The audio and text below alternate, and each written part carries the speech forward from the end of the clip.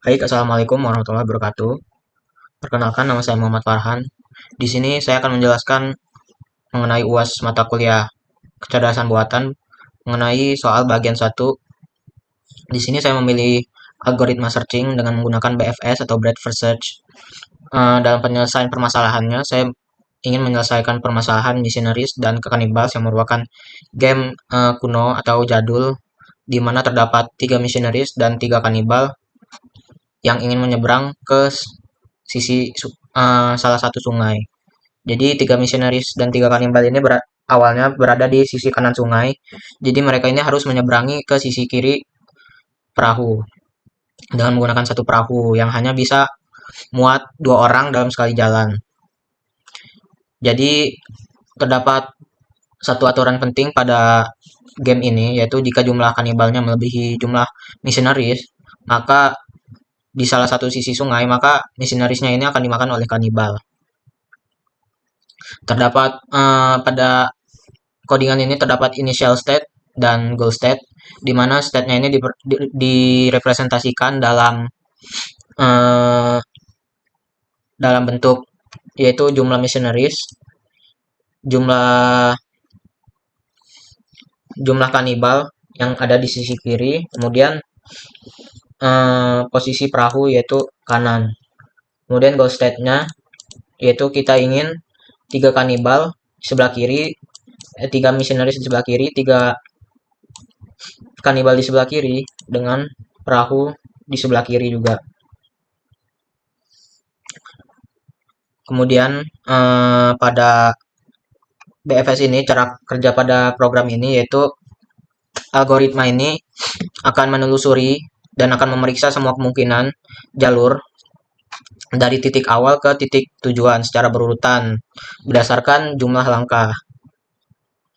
Kemudian BFS ini akan berhenti ketika menemukan goal state dan akan mencetak atau akan muncul output seluruh urutan langkah-langkahnya secara lengkap. Jadi outputnya ini merupakan solusi langkah-langkah paling optimal, paling pendek yang ditemuin oleh BFS ini. Kemudian di sini pada kodenya terdapat fungsi isValid, di mana fungsi ini memeriksa apakah suatu state itu valid atau enggak. Jadi misalnya jumlah missionaries dan kanibal di sini tidak boleh negatif dan jumlah missionaries tidak boleh kalah dari jumlah kanibal baik di sisi kiri maupun kanan sungai. Kemudian di sini ada fungsi get successor, di mana fungsi ini itu menghasilkan semua kemungkinan langkah dari suatu state, di mana kemungkinannya itu dapat berupa 2 missionaries yang menaiki perahu, atau 2 kanibal menaiki perahu, atau 1 missionaries, atau 1 kanibal, atau 1 kanibal 1 missionaries pada perahu. Kemudian di sini ada fungsi BFS, yaitu fungsi BFS ini adalah fungsi utama untuk menyelesaikan masalah menggunakan BFS. Jadi pada state-nya dimulai dengan 00, berarti tidak ada missionaries dan kanibal di sebelah kiri dan perahu di sebelah kanan. Kemudian setiap kali kita menemukan state baru yang belum pernah dikunjungin, nanti kita tambahkan ke queue beserta jalur dan langkahnya.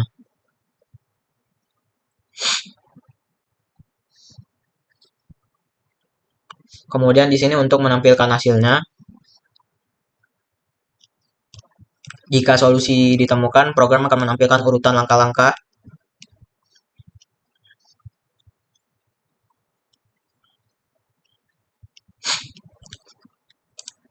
Mungkin di sini saya run aja kodenya, yaitu run Python code.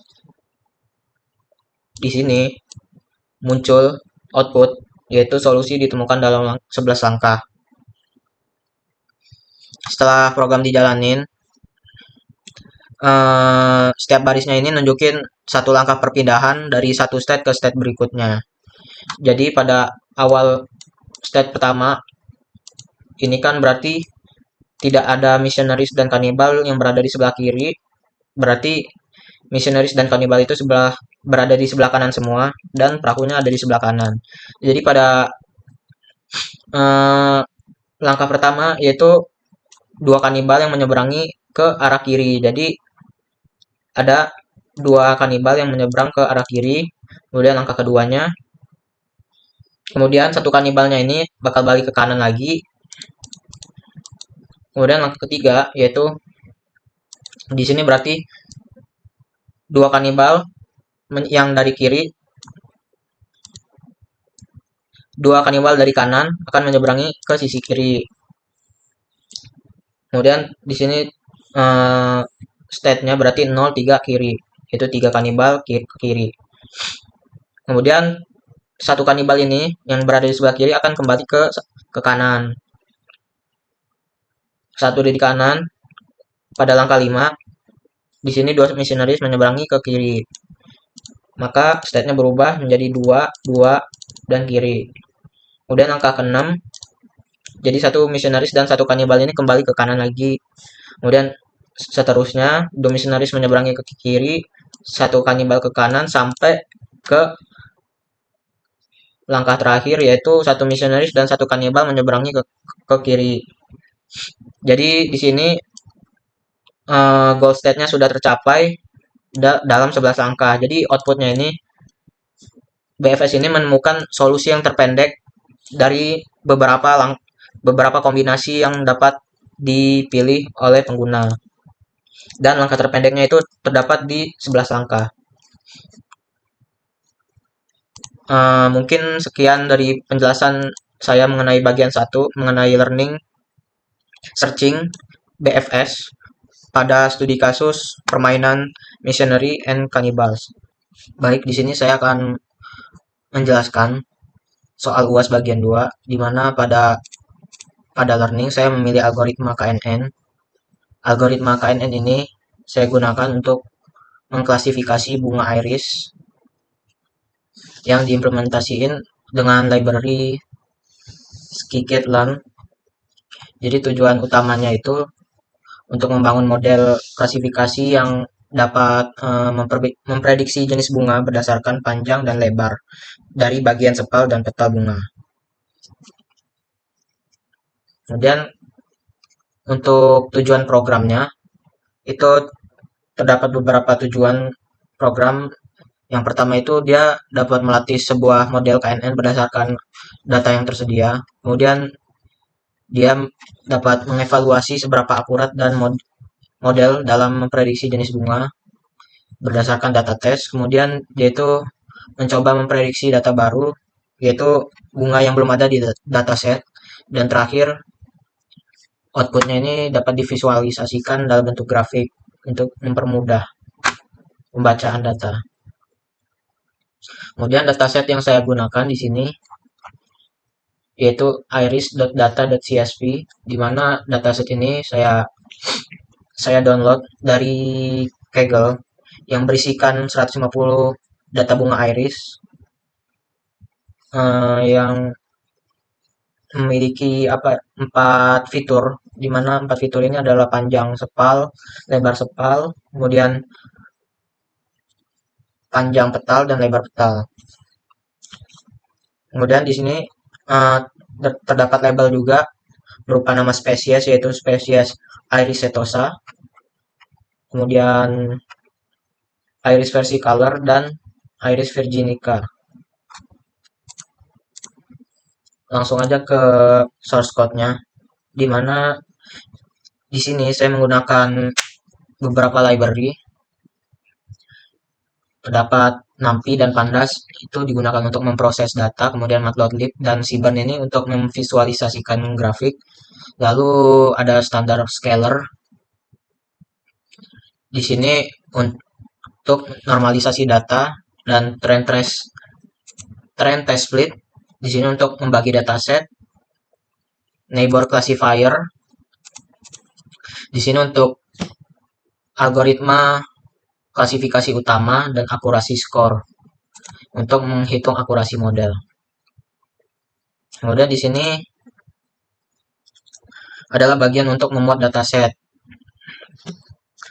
Setelah mengimpor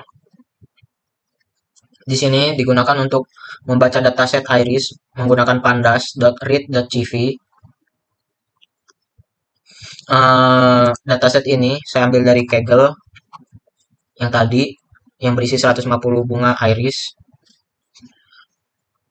Kemudian di sini pemberian nama kolom, karena file aslinya tidak memiliki header, jadi saya beri nama kolom secara manual, yaitu kolom-kolomnya ini adalah sepal length, sepal width, petal length, petal width, dan spesies.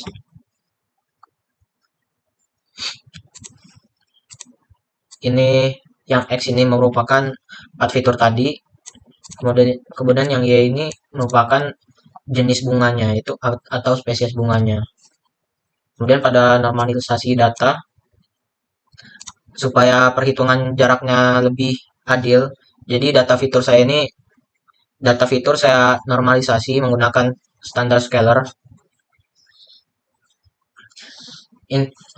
Standar scalar ini penting karena KNN ini menggunakan jarak antar data, dan kalau skala datanya berbeda-beda, hasilnya bisa bias.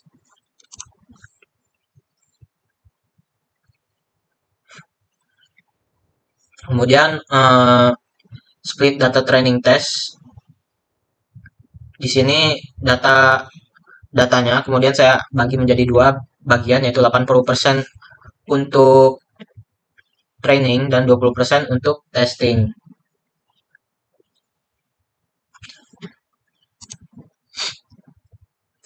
Kemudian pada bagian inisialisasi dan training model, di sini saya membuat KNN dengan nilai K sama dengan 5, yang artinya itu model ini akan melihat 5 tetangga terdekat untuk memutuskan prediksi kelasnya. Jadi model ini kemudian saya latih menggunakan .fit, fungsi .fit ini. Kemudian pada bagian prediksi dan evaluasi, setelah dilatih, model ini saya uji pada data testing yang menggunakan fungsi .predict untuk memprediksi data test. Lalu dibandingkan hasilnya dengan label yang aslinya. Jadi akurasi dari prediksi dihitung menggunakan akurasi score. Kemudian dari sini kita ini bisa tahu bahwa seberapa baik performa model kita. Kemudian pada bagian prediksi data baru, jadi di sini saya mencoba satu sampel baru, yaitu menggunakan fitur dari bunga yang tadi, 4 fitur tadi. Jadi data ini saya normalisasi dulu, lalu saya masukkan ke model untuk diprediksi. Jadi model ini akan memberikan output berupa prediksi spesies dari bunga tersebut. Jadi outputnya ntar bisa diprediksi bahwa ini merupakan bunga apa. Kemudian untuk bagian visualisasinya, di sini akan membuat grafik menggunakan Seaborn dan Matplotlib. Jadi grafik ini menampilkan dua fitur, yaitu panjang dan lebar petal dari data test. Jadi warna menunjukkan label asli dan bentuk marker menunjukkan prediksi dari model. Jadi jika warna dan bentuknya sama berarti prediksinya benar. Kemudian di sini saya juga menambahkan tanda X besar yang berwarna merah yang nunjukin itu bahwa posisi bunga baru yang saya prediksi tadi, yaitu sampel yang ingin diprediksi tadi itu, yang membantu melihat bahwa apakah bunga itu memang berada di kelompok yang sama dengan prediksinya hasilnya.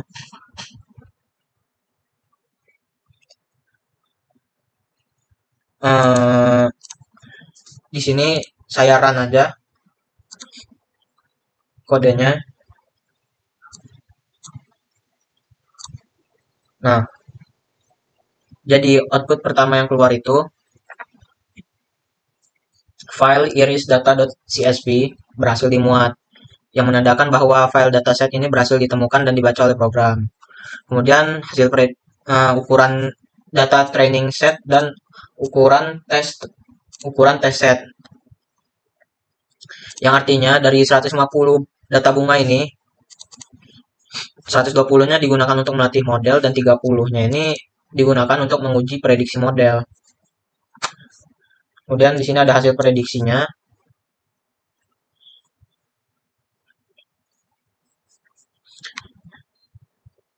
Dari hasil prediksi ini kita bisa membandingkan secara langsung antara hasil prediksi dengan label yang sebenarnya. Kemudian di sini ada akurasi 1.0.1.0000,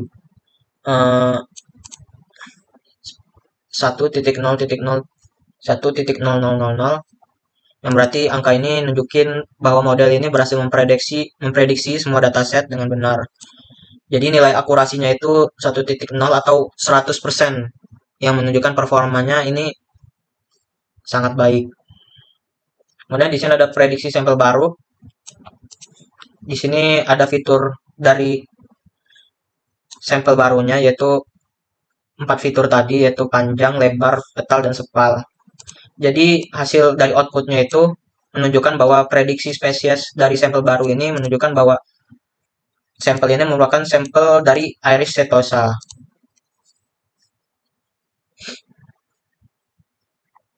Kemudian pada grafiknya menampilkan hasil dari klasifikasi yang menunjukkan data testing berdasarkan 2 fitur, yaitu panjang dan lebar petal, di mana warna pada titik mewakilkan spesies dari bunga irisnya, sedangkan untuk bentuk simbolnya itu mewakilkan hasil prediksi model. Kemudian ada sampel X ini merupakan hasil dari sampel baru yang ingin diprediksi, yaitu tadi itu Iris setosa. Jadi dari output